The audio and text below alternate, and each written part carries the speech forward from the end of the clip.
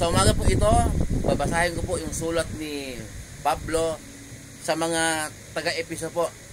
Dito po sa Epeso 2:8. Ito po yung sulat po ni Pablo noong si Pablo po yung nasa loob ng kulungan. Sumulat po siya sa mga taga-Epeso. Ang sinusulatan po niya doon ay namumuno ng iglesia sa Epeso. Lugar po yun. Lugar po yung Epeso. Okay, ganito po ang sulat ni Apostol Pablo sa taga-Epeso. Epeso 2:8 po. Sapagkat dahil sa kagandahang loob ng Diyos, kayo ay niligtas sa pamamagitan ng pananampalataya, at ito'y kaloob ng Diyos at hindi mula sa inyong sarili. Hindi ito bunga ng inyong mga gawa, kaya't walang maipagmamalaki ang sinuman. Okay po. Ang sabi ni Pablo po dito, niligtas kayo ng Diyos dahil sa inyong pananampalataya. Ito'y hindi mula sa inyong gawa, kundi mula sa kagandahang loob ng Diyos. Hindi ito bunga ng inyong gawa. Ito po ang kahulugan po ng lagi kong po sinasabi na kahit mabait ka, mapagbigay ka sa kapwa, kahit magbinta ka pa ng ari-arian at mamimigay mo sa mga mahihirap, kung hindi ka sumasampalataya na si Jesus ang daan at ang katotohanan, walang makarating sa Ama kundi sa pamamagitan niya.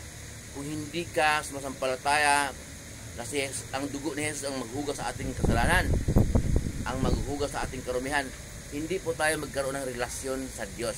Ito po, ang inyong lingkod po hindi namumulot ng salita. May verse naman ako binanggit, basahin po ninyo. Gaya po ng ibang comment na katang isip ko raw yung mga sinasabi ko, bakit hindi ba nyo kilala si Pablo? Bumanggit ko ng Pablo eh. Akala siguro yung Pablo na kapitbahay namin doon na matanda na namumutulang kawayan. Hindi po yun, Apostol Pablo. Okay? Pag bumanggit po ng verse, Epeso, sulat ni Pablo sa mga taga-Epeso 2:8. Sapagkat dahil sa gandang loob ng Diyos, kayo'y niligtas sa pamamagitan ng inyong pananampalataya. Ay kung pala'y mabait ka pala, kung wala ka pananampalataya, hindi ka pala maliligtas. Maliwanag po dito. Mga comment po sa akin na ito po ay sabi ba ng Diyos na mag-post ka? Sabi po, marami pong nakasulat sa Bible na ihayag mo ang kalooban ng Diyos, ihayag mo na si Kristo ang tagapagligtas. Kasi po nung panahon ng mga propeta kasi hindi po sila nakasunod. Kahit po pala sa Sabat, yung sinasabi nila na Sabat, pero 40 years silang naglakbay sa ilang, pero Sabat sila ng Sabat. Tuwing Sabat, hindi sila magtatrabaho, pati yung kanilang mga katulong, kanilang mga hayop. Hindi po pala sila pumasa sa Sabat ng Diyos. Babasa po natin sa Herbio. Minsan babasahin ko po, papaliwanag ko po sa inyo. Kaya itong New Testament, pinadala ng Diyos Ama ang kanyang kaisa-isang anak upang kung sino man sumasampalataya ay hindi mapahamak, kundi magkaroon ng buhay na walang hanggan. Okay? Mababasa po natin sa John 3:16. Kaya kailangan po tayo po, hindi ko sinasabihan na sige, mangalunya ka, pagbisyo ka, tapos sumasampalataya ka para maligtas ka. Hindi. Yung pong ibig ko sabihin, kung mabait ka man, kulang po yun kung wala kang pananampalataya, hindi ka magkaroon ng relasyon sa Diyos. Okay po? Ang panawagan po yung lingkod, kahit na wala kang pera, o hindi ka man yumaman, kasi yung kayamanan po kasi, si Satanas marunong magbigay ng kayamanan. Okay?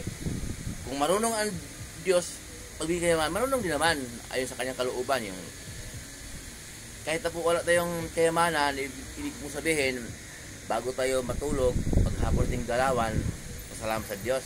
Kasi iba nga, patay na talaga. Iba naman, hindi man patay pero nakumatos. Sagasaan, na inatake, iba? May problema. Pasalamat tayo humingi ng tawad. Ama, salamat po sa maghapon kong galawan, pag-iingat mo sa pamilya ko, pag-iingat mo sa akin. Hindi puro kayamanan ang titingnan natin na wala ating kayamanan eh. Hindi po salamat.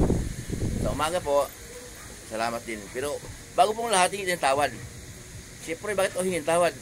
Lahat ng kaibigan ko yan eh. Lahat naman. Nagkasala po tayo palagi sa Diyos, sa isip, sa salita, sa gawa. Okay? Yung mga nag-iisip din ng masama, sa gawa. Kahit na mabait ka, nakagawa ka rin ng kasalanan sa Diyos. Paano nangyari? Oo nga, kasi nga, inapruban mo kaya yung mga ano dyan, mga bisyo dyan.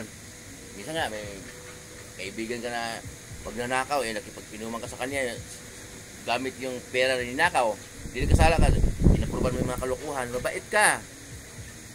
Kikaibigan mo sila, pero hindi sa Diyos yun, nagkasala ka na sa Diyos, kahit mabait ka.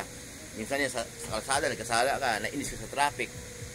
Kaya, ang panalangin po sa umaga, sa gabi po, wag magpapatulog, bago tayo magpasalamat, bago tayo hihiling. Yung iba kasi hihiling, grabe, milyon. Yung mga naluluwi sa negosyo, milyon kung humiling, pero pagka masaya sila, di nila kilala ng Diyos. Ganun po yun. Ama, sa pangalan ng anak na aming Panginoon Jesus, inaamin ko po na paulit-ulit po ako nagkasala sa isip, sa salita, sa gawa, at sa aking maraming pagkukulang sa Ama, dala ng aking kahinaan.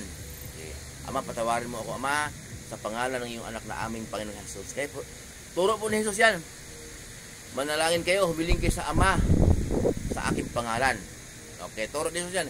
Hindi ko sinasabi na ako ang hiling sa Ama, kundi hiling kayo sa Ama, sa aking pangalan. Kaya, puro po si Jesus yan. Si isang daan, kay hiling sa Ama, sa pangalan ni Jesus. Muli pong yung lingkod, si Roy, mabuhay po tayong lahat, magpalain po tayong lahat ng Diyos. Sasamahan po kayo ng Diyos kahit saan po kayo pupunta. Sa mga trabahong pinasukan ninyo, ano man negosyo ninyo, ano man pinagkikitaan sa buhay, ayon sa kalooban ng Diyos na walang halong pandaraya, magpapalain po kayo ng Diyos.